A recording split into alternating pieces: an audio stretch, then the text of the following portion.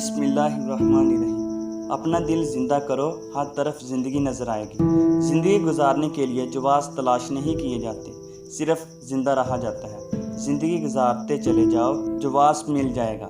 اگر آپ کو کسی طرف سے کوئی محبت نہیں ملی تو مایوس نہ ہوں، آپ خود ہی کسی سے محبت کرو۔ کوئی با وفا نہ ملے، کسی بے وفا سے ہی صحیح۔ محبت کرنے والا زندگی کو جواز عطا فرماتا ہے۔ اپنا جواز نہیں دینا، بلکہ آپ نے زندگی کو زندہ رہنے کے لیے جواز دینا ہے۔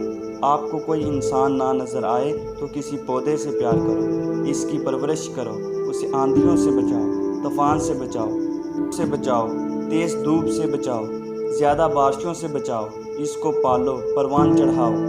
پھل کھانے والے کوئی اور ہوں تب بھی فکر کی کوئی بات نہیں۔ کچھ بھی نہ ہو تو یہی درخت کسی مسافر کو 2 گھڑی سایہ ہی عطا کرے گا۔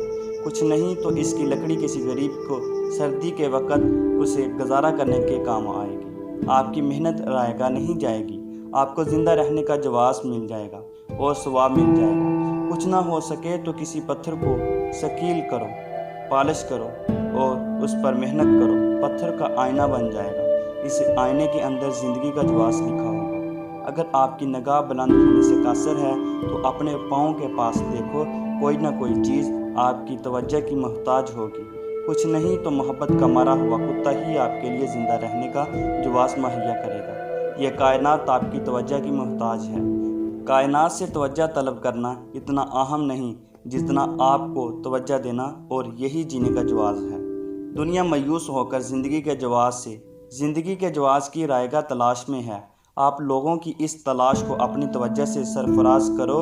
دنیا توجہ مانگ رہی ہے، اپنے گرد و پیش آپ کی اپنی نگاہ توجہ کا طلبگار ہے۔